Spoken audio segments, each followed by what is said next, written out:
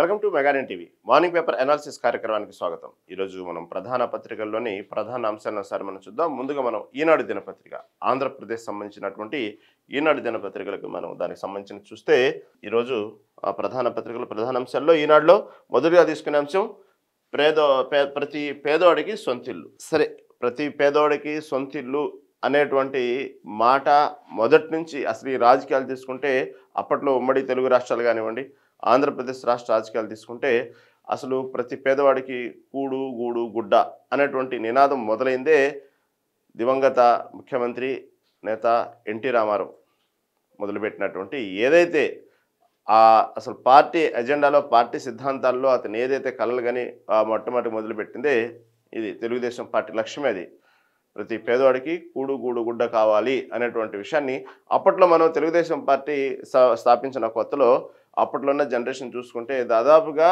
అప్పుడంటే ఇప్పుడు ఫ్లెక్సీలు ఉన్నాయి, అప్పుడు క్లాత్ బ్యానర్లు ఉండేవి. ప్రతి బ్యానర్ మీద ఎన్టీఆర్ ఫోటోతో పాటు కంపల్సరీగా పక్కన ఈ డైలాగ్ ఉండేది, ప్రతి కూడు గూడు గుడ్డ కావాలంటే సో సైకిల్ గుర్తుకు ఓటేయండి అనో, లేకపోతే ఎన్నికలప్పుడు మిగతా సమయంలో కూడా ఇదే తెలుగుదేశం పార్టీ యొక్క లక్ష్యమని ఉండేది. యాక్చువల్గా తెలుగుదేశం పార్టీ గుర్తు కూడా తీసుకుంటే, ఎన్నికల గుర్తు కాకుండా పార్టీ గుర్తు కూడా తీసుకుంటే ఆ హౌస్, ఒక నాగలి, ఇలా వ్యవసాయానికి సంబంధించి అలా ఉండేది. మొదటి నుంచి కూడా తెలుగుదేశం పార్టీ దీనికి సంబంధించి ఏదైతే ప్రతి పేదవాడికి కూడుగుడ్డ ఉన్నప్పుడే దానికి సంబంధించినటువంటి నిజమైనటువంటి పరిపాలన అనేటువంటిది వాళ్ళకి అందాలి, క్షేత్రస్థాయిలో ప్రభుత్వం వెళ్ళాలి, పరిపాలన వెళ్ళాలి అనేది మొదటి నుంచి తెలుగుదేశం పార్టీ సిద్ధాంతం. ఆ విధంగానే అప్పట్లో కిలో ₹2 బియ్యం పథకం ప్రవేశపెట్టినప్పటికీ కానివ్వండి, ఇలా ప్రతి పేదవాడికి కూడు గూడగుడ్డు కావాలి అనేటువంటి సిద్ధాంతం కానివ్వండి, అప్పట్లో దివంగత నేత ఎన్టీఆర్ మొదలుపెట్టినటువంటి సిద్ధాంతం అది. ఆ తర్వాత అనేక ప్రభుత్వాలు మారినా, అనేక రాజకీయ పార్టీలు వచ్చినా, అనేక ఎన్నికలు జరిగినా ఈ రోజు వరకు మాత్రం దానికి సంబంధించినటువంటి చుట్టే, అంటే దాదాపుగా కూడు గూడు గుడ్డ చుట్టే రాజకీయాలన్నీ, దానికి సంబంధించినటువంటి సంక్షేమ పథకాలన్నీ తిరుగుతుంటాయి. దానికి అదనంగా 100 యాడనివ్వండి, ఏమైనా యాడనివ్వండి, దానికి రిలేటెడ్గానే ఉంటాయి. చూడండి, కావాలంటే వచ్చిన తర్వాత మేము పక్కా ఇల్లు ఇస్తామన్నా దాని సిద్ధాంతమే. మేము తర్వాత రకరకాలుగా పార్టీ మారితే ఆ ప్రభుత్వానికి సంబంధించినటువంటి నాయకుల పేర్లు పెట్టి మేము అలాంటి ఇల్లు ఇస్తామన్నా సరే దానికి సంబంధించిందే. తర్వాత ఈ ఏదైతే బియ్యం పథకానికి వచ్చేటప్పటికి కొంతమంది మేము కిలో బియ్యం ₹2 ఇస్తామన్నా, లేకపోతే ఫ్రీగా ఇస్తామన్నా, ఏమైనా కానీ దాని చుట్టూ తిరగాల్సింది ఉంటుంది. ఈ విధంగా ప్రతిదీ కూడా గతంలో ఎన్టీఆర్ ప్రవేశపెట్టినటువంటి ఏదైతే ఉందో కూడు గూడు గుడ్డ అనేది, దాని చుట్టే సంక్షేమ పథకాలన్నీ కూడా అల్లుకొని ప్రభుత్వాలు బయలుదేరినాయి. పింఛన్ పద్ధతి కానివ్వండి, ఏదైనా కానివ్వండి, అలా ఎన్ని తరాలు మారి, ఎన్ని ఎన్నికలు జరిగినా, ఎన్ని ప్రభుత్వాలు మారుతున్నప్పటికీ కూడా ఇది కామన్గా ప్రతి పేదవాడు, ప్రతి ఓటర్కి ఇది అందితేనే అతను దానికి సంబంధించినటువంటి ఏదైతే పరిపాలన పట్ల నమ్మకంగా ఉంటాడు, అతనికి కావాల్సినటువంటి సదుపాయాలు అందుతాయి అనేటువంటి విషయంలోనే ఇవన్నీ చుట్టూ పథకాలన్నీ తిరుగుతూ ఉంటాయి దీని చుట్టూ. ఆ తర్వాత అనేక పథకాలు వచ్చినప్పటికీ కూడా మోస్ట్గా దానికి సంబంధించి ఇది బేసిక్ ఆధారం చేసుకునే ఇవన్నీ తిరుగుతాయి. ఇప్పుడు అసలు విషయానికి వస్తే దాదాపుగా చంద్రబాబు నాయుడు ఈసారి మళ్ళీ రాష్ట్రం విడిపోయిన తర్వాత మళ్ళీ రెండోసారి ముఖ్యమంత్రి అయిన తర్వాత ఇచ్చినటువంటి ప్రామిస్ ఏదైతే ఉందో, పేదలకు పక్కా ఇళ్ళు ఇస్తాననేటువంటి విషయాన్ని గతంలో చంద్రబాబు ముఖ్యమంత్రికి, అదే ఆంధ్రప్రదేశ్ మొట్టమొదటిసారి ముఖ్యమంత్రి అయినప్పుడు కూడా ఇదే టిడ్కో ఇళ్ల గురించి దానికి సంబంధించినటువంటి అనేక గృహాలు కట్టించడం కూడా జరిగింది. ఆ తర్వాత వెంటనే ప్రభుత్వం మారటం వల్ల దాన్ని అలాగే ఎవరికి చెందకుండా, అంటే ఇది చంద్రబాబు నాయుడు కట్టించిన ఇల్లు అనేటువంటి విషయాన్ని ప్రజల్లో వెళ్ళింది. అప్పట్లో ఎవరైతే అర్హులు ఉన్నారో వాళ్ళకి ఆ ఇల్లు కూడా కేటాయించడం జరిగింది. జరగబట్టి ఏమైందంటే ఈ ఇల్లు ఎన్ని పార్టీలు మారినా, తర్వాత వచ్చినటువంటి ప్రభుత్వం, వైసీపీ ప్రభుత్వం వచ్చినా ఎవరైతే అర్హులు ఉన్నారో వాళ్ళకి ఇస్తే ఆ క్రెడిట్ అంతా చంద్రబాబుకి వెళ్ళిద్ది అన్న ఉద్దేశంతో దాన్ని నాంచి ఇవ్వకుండా ఎక్కడికక్కడ మంచి కట్టడాలతో, మంచి హంగులతో, దాదాపుగా ఒక టౌన్లో కనుక అపార్ట్మెంట్లు, సిటీల్లో కనుక అపార్ట్మెంట్లు మాదిరిగా దానికి ఒక కమ్యూనికేటెడ్ గేటెడ్ హౌస్లు ఉంటాయో ఆ విధంగా తీర్చిదిద్దినటువంటి ఇళ్ళని ఎందుకు పనికి రాకుండా, దాంట్లో అర్హుల ప్రవేశానికి లేకుండా దాన్ని ఎందుకు పనికి రాకుండా అలాగే వదిలేసినటువంటి ఘనత గతంలో చూసాం మనం గత ప్రభుత్వంలో. ఆ తర్వాత వైసీపీ ప్రభుత్వంలో వచ్చిన కొత్తలోనే కరోనా రావటం, కరోనా వచ్చిన తర్వాత కరోనా బాధితుల కోసం అదొక బాధితుల కోసం ఉపయోగపడే ఇల్లులాగా దాన్ని వాడారే కానీ ఎక్కడ కూడా దానికి సంబంధించినటువంటి అర్హులకు ఆ ఇల్లు పట్టాలు ఇవ్వకుండా దాదాపు 5 ఏళ్ళు అలాగే సాగదీశారు. కొన్ని ఇళ్ళు చూస్తే, కొన్ని ప్రాంతాలు చూస్తే ఆ ఇల్లు గుండె తరుక్కుపోయిద్ది. ఎందుకంటే మంచి హంగులతో కట్టునిద్ది. అర్హులకి ఆ ప్రవేశం లేదు, దాన్ని ఎవరికి కేటాయించరు. దాన్ని ఎప్పుడైతే అది వాడకం లేకుండా దాన్ని సరైనటువంటి దాని పరిశుభ్రత లేకుండా ఆ ఇంటిని అలాగే వదిలేసేటప్పటికి దాని చుట్టూ పిచ్చి కుక్కలు దానికి సంబంధించినటువంటి పిచ్చి మొక్కలు వచ్చేసి ఆ అపార్ట్మెంట్లు ఏదైతే కట్టారో పేదల కోసం ఆ ఇళ్ళన్నీ కూడా మొత్తం ఆ చెట్లు వెళ్ళిపోయి ఆ ఉన్నటువంటి కిటికీలు దర్వాజాలు అన్నీ కూడా తుప్పు పట్టిపోయి ఎందుకు పనికి రాకుండా పోయి అసాంఘిక కార్యక్రమాలకు వాడుకుంటూ మందుబాబులకు వాడుకుంటూ అస్తవ్యస్తంగా అయినటువంటి ఇల్లు గుండె తరుక్కుపోయింది కొన్ని చూస్తే. అలా సరే కొత్తగా ఏమైనా ఇచ్చారంటే ఇచ్చింది లేదు. దానికంటూ కొత్తగా ఇల్లు ఇస్తాము, కొత్తగా స్థలాలు ఇస్తామంటూ అందరికీ ఒక ఫైల్ గాని, ఒక అగ్రీమెంట్ గాని రాసేసి ఎవరైతే అర్హులు ఉన్నారో మళ్ళీ ఒక కొత్త లిస్ట్ తయారు చేసి గత ప్రభుత్వం కూడా అదే విధంగా కొంతమందికి ఇవ్వడం జరిగింది. కానీ దాన్ని ఎక్కడో ఊరికి అవతల మారుమూల ప్రాంతాల్లో శ్మశాన వాటికల పక్కనే ఎక్కడ పడితే అక్కడ ఇష్టం వచ్చిన చోట ఇచ్చారు. సరే ఏదో ఒకటి వచ్చింది, ఫ్రీగానే వచ్చింది కదా, ఎందుకు వదులుకోవాలి అన్నప్పుడు తీసుకున్నారు జనాలు. కానీ దానికి ఇంతవరకు దానికి రూపు లేదు, రేఖ లేదు, దానికి సంబంధించినటువంటి ఎటువంటి ఉపయోగం లేదు, దానికి ఇల్లు కట్టింది లేదు, చేసింది లేదు. సరే అలాంటి ఎన్నో ఉన్నాయి. అలాంటి ఎన్నో ఉండబట్టే 11 పరిమితమయ్యారు 151 నుంచి. అలా అనేక తప్పులు. అది ఏ ఉద్దేశంతో చేశారా, ఎందుకు చేశారా, పరిపాలన లోపమా, ఇవన్నీ లోతుగా వెళ్ళడానికంటే కూడా ఇలాంటి కొన్ని శాపాలే ప్రభుత్వాన్ని ఇచ్చేసింది. ఎందుకంటే 151 సీట్ల నుంచి ఒక్కసారిగా 11 సీట్లకు రావడం అనేది అంత ఆషామాషి కాదు.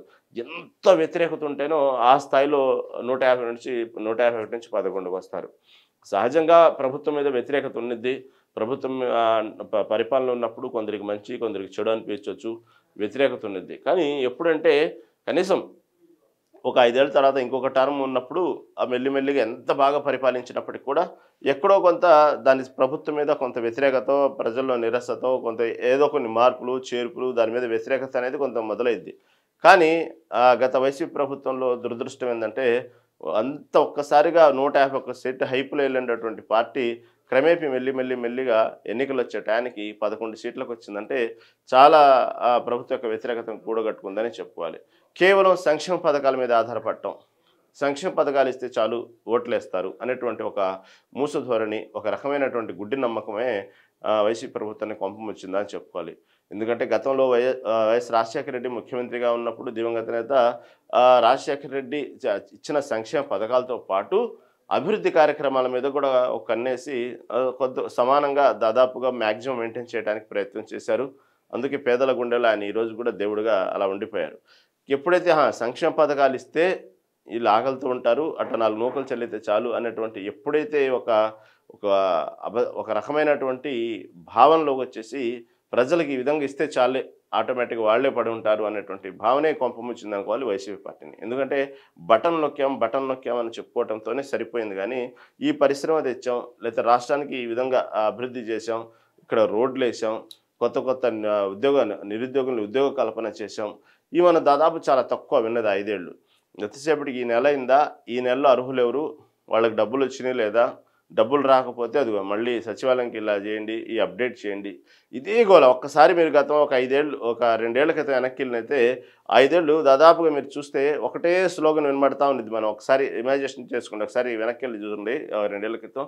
ఎంతసేపటికి మనకు తెలిసిన వాళ్ళందరూ ఏదో ఒక జిరాక్స్ పేపర్లు, కాగితాలు పట్టుకొని ఆ సచివాలయం చుట్టూ లేకపోతే ఉన్నటువంటి వాలంటీర్ల చుట్టూ తిరుగుతూ దానికి సంబంధించినటువంటి ఎప్పుడైతే మాకు పడలేదు డబ్బులనో, పడ్డాయనో, లేకపోతే ఈ గోల తప్ప ఎక్కడన్నా సరే అదిగో కొత్తగా వచ్చినటువంటి ఆంధ్రప్రదేశ్, దీనికి అదిగో ఫలానా చోట పరిశ్రమలు వస్తున్నాయి, అదిగో మా ఊరికి ఈ పరిశ్రమ వస్తుంది, ఈ పెట్టుబడులు వస్తున్నారు, పెట్టుబడిదారులు, మా ఏరియా కూడా డెవలప్ అయ్యిద్ది, మాకు కూడా మంచి రోజులు వస్తున్నాయి, ఇలాంటి మాటలు ఎప్పుడు విని ఉంటారు.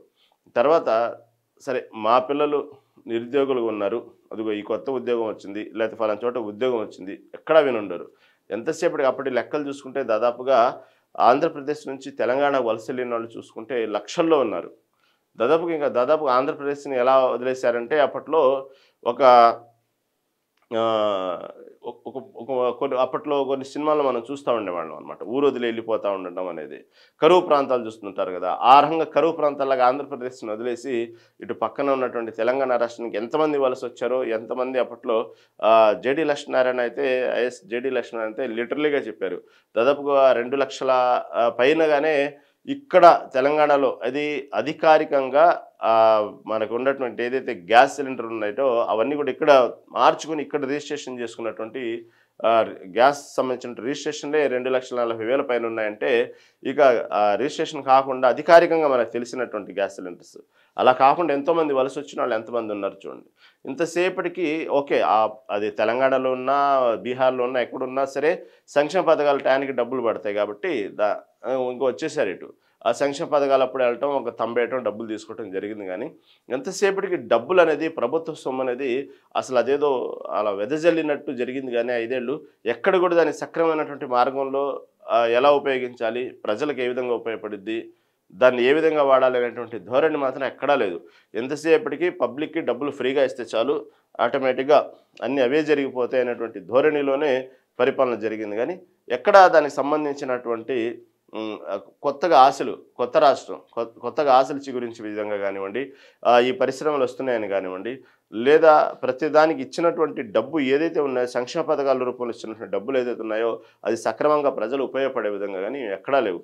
అమ్మఒడి అన్నారు, దానికి సంబంధించినటువంటి డబ్బులు మొత్తాన్ని అకౌంట్లో వేశారు. ఏమైంది? అది పిల్లలకి ఏదన్నా ఉపయోగపడిందా?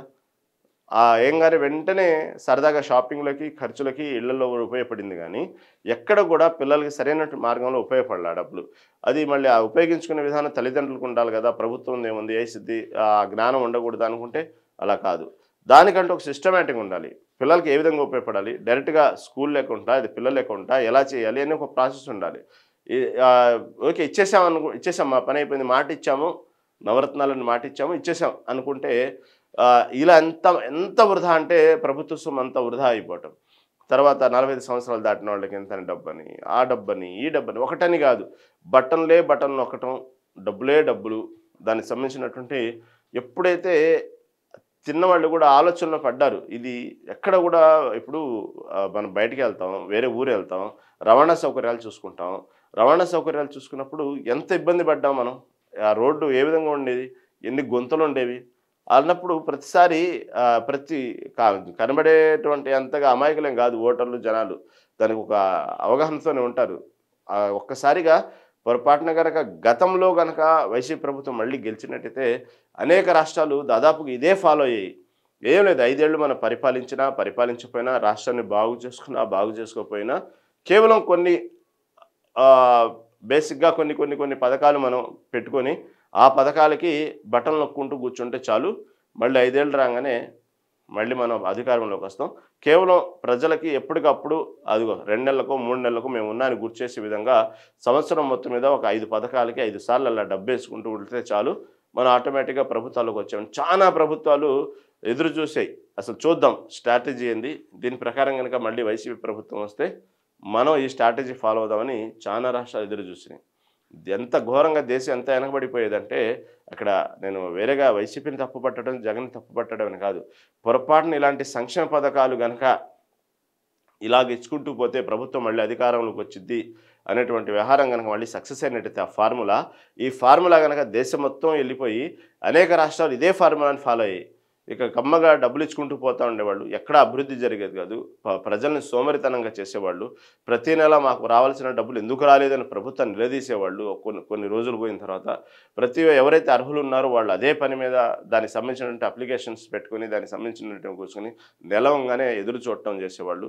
ఎక్కడ దానికి సంబంధించినటువంటి వాళ్ళ ఉపాధి కూలి కానివ్వండి, కూలికి కానీ వెళ్ళేవాళ్ళు కాదు ఎంతసేపటికి. ఈ విధంగా ప్రతి రాష్ట్రం కూడా నమ్మినా నమ్మకపోయినా వైసీపీ ఫార్ములా కనుక సక్సెస్ అయితే దేశంలో చాలా రాష్ట్రాలు ఇవే ఫార్ములా ఫాలో అయ్యాయి. దాంతో ఏమయ్యేది, అభివృద్ధి కుంటుపడేది. అభివృద్ధి కుంటుపడక ప్రజలు సోమరితనంగా తయారయ్యేవాళ్ళు. దాదాపుగా పరిశ్రమలు అయ్యి వచ్చేవి కాదు, ఉద్యోగం ఉండేది కాదు, ఉద్యోగ కల్పన కోసం ప్రయత్నాలు చేసేవాళ్ళు కాదు, ఆటోమేటిక్గా జరిగిపోతూ ఉండేది. సరే ఎక్కడైతే కొంచెం మరి పరిస్థితులు మారుతున్నప్పుడు జస్ట్ అలా వెళ్ళి పనికి వెళ్ళి వచ్చే నెలలో ఈ ఉపాధి డబ్బులు లేకపోతే వచ్చే నెలలో మనకు మళ్ళీ అకౌంట్లో డబ్బులు పడితే బటన్ నొక్కుతారు కదా, ఈ నెల టైట్ అయిందా సరే 4 రోజులు పనికి వెళ్తే చాలు వచ్చే నెలలో వచ్చారు. తర్వాత అప్పులు ఎక్కువ చేసేవాళ్ళు, ఎందుకంటే వచ్చే నెలలో మా అకౌంట్లో డబ్బులు ఉంటాయి కాబట్టి ఇచ్చేస్తామని చెప్పి అప్పులు ఎక్కువ చేసేవాళ్ళు. ఇలా రకరకాలుగా మొత్తం అన్ని రాష్ట్రాలు కూడా చూద్దాం వైసీపీ స్ట్రాటజీ పనిచేసిందా లేదా అనేటువంటి విషయాన్ని గమనించారు. పొరపాటున గెలిచినట్టయితే అందరూ ఇదే దాదాపుగా మ్యాక్సిమం ఇదే ఫార్ములా ఫాలో అయ్యేవాళ్ళు. ఓన్లీ బటన్ నొక్కుంటూ ఇళ్లలో కూర్చునేవాళ్ళు. దానికి సంబంధించినటువంటి అక్రమ సంపాదన అక్రమంగా ఏ విధంగా రావాలి ఈ ఫార్ములా కూడా నేర్చుకునేవాళ్ళు. వేల వేల కోట్లు చేతిలో వచ్చి పడేవి. అవి పబ్లిక్ చేతిలో పెట్టేవాళ్ళు. కొంత వీళ్ళు తీసుకునేవాళ్ళు. ప్రశాంతం కూర్చునేవాళ్ళు. ఏ గొడవ ఉండదు. ఇదే సంబంధించింది ఉండేది కాదు. గెలుస్తా వెళ్తా వచ్చాడనేటువంటి ఫార్ములాను తయారయ్యేవాడు. అబ్జర్వ్ చేశారు. ఒక సైడ్ అబ్జర్వ్ చేశారు. దానికి తోడు ఒక్కసారిగా ఎప్పుడైతే బోల్తా పడిందో ఓకే. మనం ఎంత సంక్షేమ పథకాలు ఇచ్చినా, మనం ఎన్ని బటన్లు నొక్కినా, ఇంట్లో కూర్చోబెట్టి నోట్లో కలిపి అన్నం కలిపి ముద్ద నోట్లో పెట్టినా ఓటర్లు చాలా తెలివిగా మెయింటైన్ చేస్తారు. చాలా తెలివిగా ఉంటారు. ఎక్కడా బయటపడరు. వాళ్ళు అభివృద్ధిని కోరుకుంటారు. రాష్ట్ర అభివృద్ధిని కోరుకుంటారు. వాళ్ళ పిల్లల భవిష్యత్తును కోరుకుంటారు.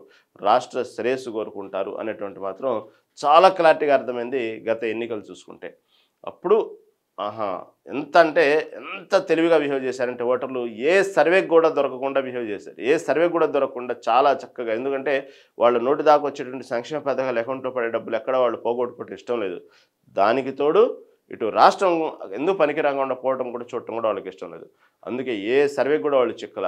ఎన్ని సర్వేలు వచ్చినా, ఏం చేసినా, ఎన్ని చెప్పినప్పటికి కూడా మొత్తం పైకి మాత్రం ఒక రకమైనటువంటి గాంభీర్యాన్ని ప్రదర్శిస్తూ లోపల మాత్రం చేయాల్సిన పనులన్నీ చేసి చక్కగా వాళ్ళు వెరైటీగా ప్రభుత్వాన్ని మార్చంగానే ఆ దెబ్బతో సర్వే సంస్థలు పెద్ద పెద్ద సర్వే సంస్థలు మేమే ఎన్నికల సర్వేలు మేమే టాప్ అనుకునేవన్నీ కూడా ఒక్కసారిగా బోల్తా పడ్డాయనేది గతంలోనే చూసాం ఆంధ్ర రాష్ట్ర రాజకీయాలు. అప్పటి నుంచి సర్వే సంస్థల యొక్క కొత్త స్ట్రాటజీ వాళ్ళు కూడా ఈ శాంపిల్స్ గింపిల్స్ వాళ్ళకు ఉన్నటువంటి టెర్మినాలజీ భాషలన్నీ కూడా ఒక్కసారిగా పటాపంచలాయని చెప్పుకోవాలి.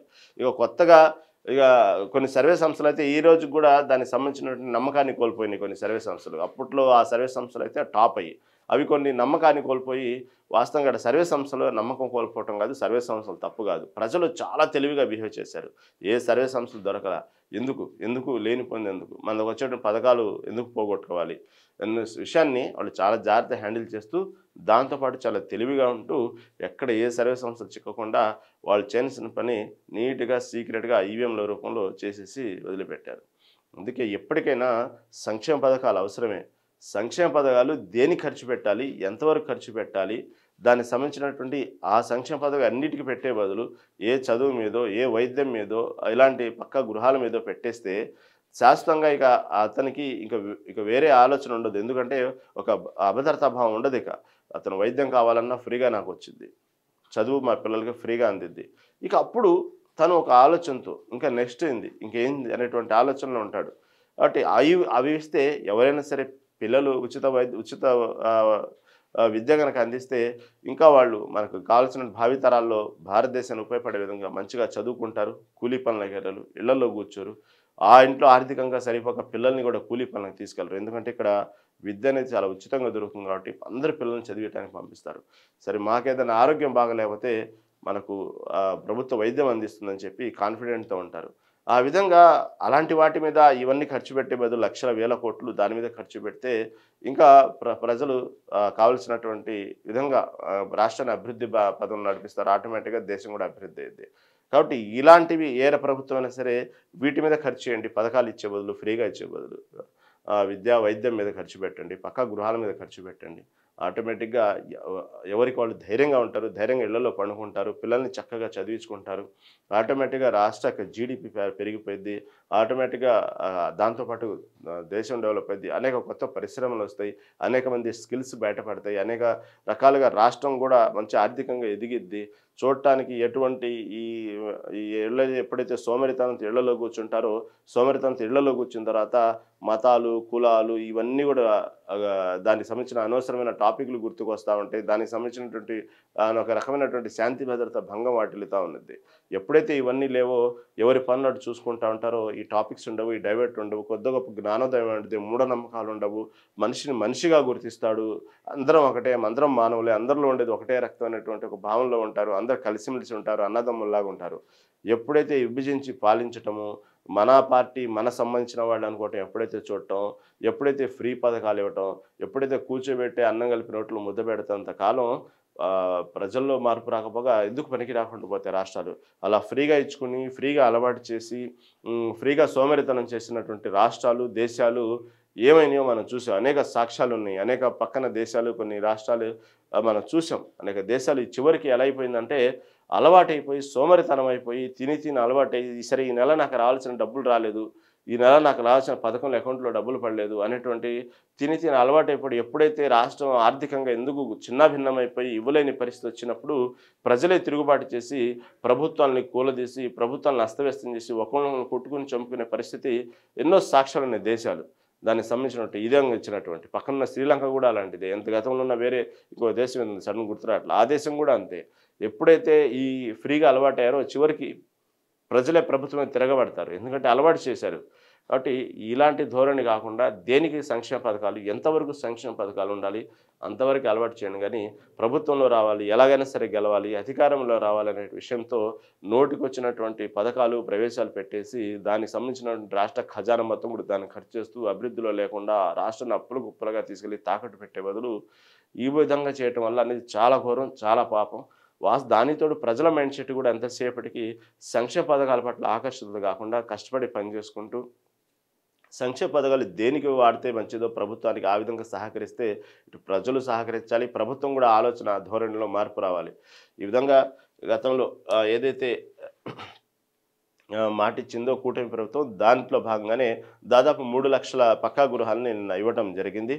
దాని కొంత కేంద్ర సహకారంతో కూడా దానికి సంబంధించినటువంటి కేంద్రం సంబంధించిన పథకాల తోడుతో పాటు ఇవన్నీ కూడా 3,00,000 పక్కా గృహాలను ప్రతి పేదవాళ్ళకి ఇవ్వడం జరిగింది. దాదాపు నెక్స్ట్ ఉగాది నాటికి మొత్తం ఏదైనా కానీ ఇంకొక 5.9 లక్షల గృహాలు ఇస్తామంటూ చంద్రబాబు నాయుడు నిన్న చెప్పడం జరిగింది. దీంతో ఒక్కసారిగా పేదల్లో నిన్న చూశాను. లిటరల్‌గా కొన్ని విజువల్స్ చూస్తే వాళ్ళ కళ్ళల్లో చెప్పలేని ఆనందం. ఒక్కసారిగా వాళ్ళు ఇది కల సాకారమైంది. ఎందుకంటే ఇచ్చినట్టు 3,00,000 ఇల్లు కూడా గతంలో కొన్ని ప్రభుత్వాలు తీసుకుంటే గతంలో అనగానే నేను ప్రతిసారి వేరే పార్టీని విమర్శిస్తున్నాను కాదు. అంతకంటే చాలా గతంలో చూసుకుంటే ఇలాంటి ఏదన్నా తుఫాను, వరదలు వచ్చినప్పుడు అప్పట్లో చెప్పుకునేవాళ్ళు. ఇలాంటి ప్రభుత్వాలు నెక్స్ట్ ఒక 4 బొంగులు, 4 తాటాకులు ఇచ్చేసి పక్కా గృహాలు ఇచ్చామని చెప్పేసి పబ్లిసిటీ చేసుకునేవాళ్ళని. పక్కా గృహాలంటే ఎలా ఉంటాయి? ఎంతవరకు ఫెసిలిటీ వాళ్ళ పేదవాళ్ళు కూడా వాళ్ళ కళని సాకారం చేసుకుంటూ సంతోషంగా ఉండాలంటే ఏ విధంగా ఉంటారు? ఆ విధంగానే ఏ మాత్రం తీసిపోకుండా మధ్యతరగతి కుటుంబాలు ఎంత సంతోషంగా ఉండాలో, ఎలా అవకాశాలు, వనరులు ఏ విధంగా ఉంటాయో ఇంటికి సంబంధించినటువంటి ఇల్లు కూడా చూస్తే చాలా క్లాస్‌గా, చాలా ముచ్చటగా, రిచ్‌గా ఉన్న ఇల్లు. అలాంటి ఇల్లు దాదాపు 3,00,000 ఇల్లు నిన్న కూటమి ప్రభుత్వం ఇవ్వటం జరిగింది. దానికి సంబంధించి మళ్ళీ నెక్స్ట్ ఉగాది నాటికి అదనంగా ఇంకొక 5,00,000 ఇల్లు కూడా ఇవ్వటానికి కూడా ప్రభుత్వం సిద్ధమవుతా ఉంది. దీనికి సంబంధించినటువంటి ఈ దేవడగుడిపల్లిలో లబ్ధిదారి హేమలత దంపతులతో కలిసి గృహప్రవేశంలో పాల్గొన్న ముఖ్యమంత్రి చంద్రబాబు ఇలా రాష్ట్రం మొత్తం మీద కూడా ఆయా పార్టీ నేతలు ఈ పేదవాళ్ళకి ఇచ్చేటువంటి పక్కా గృహాల కార్యక్రమాల్లో పాల్గొని దీనికి సంబంధించినటువంటి ఇదిలో నిన్న మొత్తం ఆంధ్రప్రదేశ్ రాష్ట్ర వ్యాప్తంగా చాలామంది పేదవాళ్ళ కళ్ళల్లో ఆనందం చూశారు నిన్న 3,00,000 ఇళ్ళు చూసి. ఎందుకంటే వాళ్ళు చెప్పేది ఒకటే, మేము ఎక్కడికి వెళ్ళినా సరే, ఏ ప్రచారానికి వెళ్ళినా, మా నియోజకవర్గంలో ఏ అభివృద్ధి కార్యక్రమం వెళ్ళినా ప్రతి వాళ్ళు దాదాపుగా మేజర్ అడిగేటువంటి సమస్యల్లో పక్కా గృహాలు కావాలి, మాకు ఇల్లు లేదు, ఇల్లు కావాలి, ఇదే విషయం మమ్మల్ని అడుగుతుంటారు అన్నటువంటి విషయాన్ని కూడా నా ఆంధ్రప్రదేశ్ రాష్ట్ర వ్యాప్తంగా అనేక రాజకీయ నాయకులు ప్రసంగాల్లో చెప్పిన విషయం. కాబట్టి అలాంటిది మేము ఆ విషయం విన్నప్పుడల్లా నిజమే పక్కా గృహాలు అనేది ఉండాలి అనేటువంటి విషయాన్ని మా హయాంలో మేము ప్రభుత్వంలో మేము అధికారంలో ఉండగా ఈ విధంగా పేదలకు ఇవ్వటం అనేది చాలా సంతోషంగా ఉంది అన్నటువంటి విషయాన్ని చాలామంది నిన్న రాజకీయ నాయకులు, ఎమ్మెల్యేలు కానివ్వండి, ఆ నియోజకవర్గాల ఇన్ఛార్జీలు కానివ్వండి, నేతలు కానివ్వండి చెప్పినటువంటి సందర్భం నిన్నంతా మనం విజువల్స్లో చూసాం నిన్న. కాబట్టి ఈ వార్తని హైలైట్ చేసింది. ఇంకొక ప్రధాన వార్త ఎర్రకోట. దాని చుట్టూ జనవరిలో పదే రెక్కి రిపబ్లిక్ డే వేడుకల్లో తరహా విధ్వంసానికి కుట్ర, విస్తృత బందోబస్తు, అప్పుడు విఫలమైన ప్రయత్నం. ఈ డిసెంబర్ 6న పేలుళ్లకు ఉమర్ నబీ పన్నాగం. ఢిల్లీ పేలుడు దర్యాప్తులో పురోగతి, మరో కారు అన్వేషణ. నిన్నటి వరకు అసలు ఏంది ఈ ఢిల్లీలో జరిగినటువంటి కారు బాంబు సంబంధించినటువంటి ఈ భారీ పేలుడికి సంబంధించినటువంటి ఎక్కడ కూడా ప్రభుత్వం, కేంద్ర ప్రభుత్వం చాలా తెలివిగా ఎక్కడ పరిస్థితులను బట్టి గుడ్డగాల్చిన ఎత్తినేయకుండా రకరకాలుగా అనుమానాలతో ఎవరు పడితే వాళ్ళ మీద మాట్లాడకుండా వేచి చూస్తున్న ధోరణి మాత్రం చాలా హ్యాట్స్ ఆఫ్ అనే చెప్పుకోవాలి. అసలు ఏం జరిగింది, ఎక్కడ జరిగింది, ఎవరు చేశారు? ఎందుకంటే ముందుగానే మనం కొన్ని పత్రికలు అయితే డైరెక్ట్గానే చెప్పేస్తున్నాయి వాళ్ళు చేశారు, వీళ్ళు చేశారు. కానీ కేంద్ర ప్రభుత్వం ఎక్కడ కూడా చాలా జాగ్రత్తగా పరిశీలించి ఎక్కడ నోరు జారకుండా చాలా లోతుగా ఇన్వెస్టిగేషన్ చేసి ఎవరు అసలు ఏంది ఎక్కడెక్కడ జరిగింది అనేటువంటి విచారణ మాత్రం చాలా ఫాస్ట్గా తీగలాగితే డొంకంతగా తిన్నట్టు దీని చుట్టూ అనేక రకమైనటువంటి భయాన్ని ఒక్కసారిగా ఒళ్ళు గుగుర్పులు కలిగే విధంగా మొత్తం ఆ విషయాలు బయటపడతా ఉంటే అసలు రాష్ట్రంలో మొత్తం దేశం మొత్తంలో కూడా అనేక రాష్ట్రాలు చాలా వరకు ఒక రకంగా అదృష్టంతో బయటపడ్డాయని అనుకోవాలి. ఎన్నంటే రిపబ్లిక్ డేకి ప్లాన్ చేశారు, డిసెంబర్ 6న ప్లాన్ చేశారు. అదేవిధంగా దానికి సంబంధించినటువంటి ఒక రకమైనటువంటి ఎంతసేపటికి బాంబులు, ఈ బ్లాస్టింగ్లు ఇవి కాకుండా కొత్తగా విష ప్రయోగం కూడా చేసేటువంటి ప్రయోగాలకు ప్లాన్ చేశారు. ఇలా రకరకాలుగా ఈ ఉగ్రముఖులు చేసినటువంటి ప్లాన్స్ మొత్తాన్ని బట్టబయలు చేసింది కేంద్ర ప్రభుత్వం. ఆ విషయంలో మాత్రం హ్యాట్సప్ చెప్పాల్సిందే. ఎందుకంటే గతంలో ఇలాంటివి చేయటం చాలా ఈజీ వాళ్ళకి. ఇప్పుడు పెరుగుతున్న టెక్నాలజీని బట్టి ఎక్కడికక్కడ పసిగడుతూ అక్కడికక్కడ అంతమొందించడంలో మాత్రం భారతదేశ యొక్క ప్రతి department, army department, intelligence department కానివ్వండి, ప్రతి డిపార్ట్మెంట్ గొప్పతనం ఏంటంటే ఇదే. ఇప్పుడు ఈ ఏదైతే ఉగ్రముఖులకి అంతుచిక్కని విషయం ఏంటంటే భారతదేశం అంటే ఎందుకు తల్లబట్టుకుంటున్నారంటే వాళ్ళు ఇంత టెక్నాలజీ, హైలీ టెక్నాలజీ వాడుతూ ఎక్కడికక్కడ వాళ్ళు వేసేటువంటి పన్నాగాల్ని, ఎక్కడికక్కడ వాళ్ళు చేసే ఉగ్ర కుట్రల్ని ఎక్కడెక్కడ భగ్నం చేయడంలో మాత్రం ఎప్పటికప్పుడు మనం సాధిస్తూ పైచేయిలో వాళ్ళని ఎక్కడికక్కడ మనం జాగ్రత్తలు తీసుకుంటూ వాళ్ళకి చేసిన కుట్రలు మాత్రం భగ్నం చేస్తున్నాం. కానీ చాలా అసలు ఈ ఈ మూలాలే లేకుండా చేయాలనేది చాలామంది భావన. ఎందుకంటే ఇలాంటివి జరుగుతున్నంతకాలం ప్రతిసారి మనం తప్పించుకోలేం కదా. ఎప్పుడో ఏదో ఒక సందర్భంలో ఇప్పుడు నిన్న చూడండి, ఢిల్లీలో ఉంది. ఎందరో అమాయకులు ప్రాణాలు పోగొట్టుకున్నారు. అమాయకులు పాపం వాళ్ళకి ఏం తెలియదు. వాళ్ళు ప్రయాణం చేస్తున్నారు. ఆ ప్రయాణం చేస్తున్నట్టు క్రమంలో వాళ్ళ మధ్యలో ఒక కారు పేలిద్దని వాళ్ళు ఎక్స్పెక్ట్ చేస్తారా? కాబట్టి ఇలాంటివి ఎంతో మంది ప్రాణాలు పోగొట్టుకుని, తల్లిదండ్రులు పోగొట్టుకుని, పిల్లలు పోగొట్టుకున్న వాళ్ళు ఉన్నారు దాంట్లో. ఎవరైతే నిన్న అలా ప్రాణాలు పోగొట్టుకున్నారో, లేకపోతే దానికి సంబంధించిన బాధితులు ఎవరున్నారో, అదేవిధంగా ఎవరైతే క్షతగాతులు ఉన్నారో నరేంద్ర మోదీ నిన్న వాళ్ళతో మాట్లాడడం కూడా జరిగింది, వాళ్ళని పరామర్శించడం కూడా జరిగింది. కాబట్టి ఇలాంటివి భారీ కుట్రలు రేపు వచ్చేటువంటి జనవరి 26 గణతంత్ర దినోత్సవం నాడు ఈ విధంగా భారీ కుట్రకి ప్లాన్ చేశారు ఉగ్రవాదులు. అదేవిధంగా డిసెంబర్ 6న ఎటు చూసినా ఒక ఒక కాలేజీలో, ఈ మెడికల్ కాలేజీలో చదువుకుంటూ ఒక డాక్టర్ వృత్తిలో ఉంటూ ఇవన్నీ ఇంత పక్కాగా ప్లాన్ చేసుకుంటూ ఎవరికి అనుమానం రాకుండా చేస్తా వాళ్ళకు ఉగ్ర కుట్రలు ఎంతసేపటికి భారతదేశం మీద విషం చిమ్ముతూ, విషం కక్కుతూ, దేశంలో శాంతి భద్రతలు భంగం వాటిల్లే విధంగా చేస్తూ, మనలో మనకే ఈ విధంగా తగాదులు, గొడవలు సృష్టిస్తూ భారతదేశాన్ని అల్లకల్లోలం చేయాలనేటువంటి ఉగ్ర కుట్రలని మాత్రం ఎప్పటికి ఇది క్షమించరాని నేరం. ప్రధానంగా ఇక్కడ ఉన్నటువంటి ప్రస్తుతం మన భారతదేశం ఉన్నటువంటి పటిష్టమైన చాలా గట్టిగా ఉన్నటువంటి వ్యవస్థల్లో మాత్రం ఈ ఉగ్ర కుట్రలు చేసే కుట్రలు మాత్రం అంత సాగనివ్వరు. అయినప్పటికీ కూడా మనం బాధ్యతగా మనం జాగ్రత్తగా ఉండాలి. ఎవరు ఏందని గమనిస్తూ ఉండాలి. కొత్త వ్యక్తులు ఏంది, వాళ్ళ కార్యకలాపాలు ఎలా ఉన్నాయనేది కూడా మనం కూడా అబ్జర్వ్ చేస్తూ ఉండాలి. ఎందుకంటే అమాయకులు ఎంతోమంది నిన్న సంబంధం లేకుండా ఢిల్లీ కారు బాంబు పేలులో ఆ ప్రయాణంలోని రోడ్డు మీద ఎంతోమంది ప్రాణాలు పోగొట్టుకోవటం కలిచివేసింది.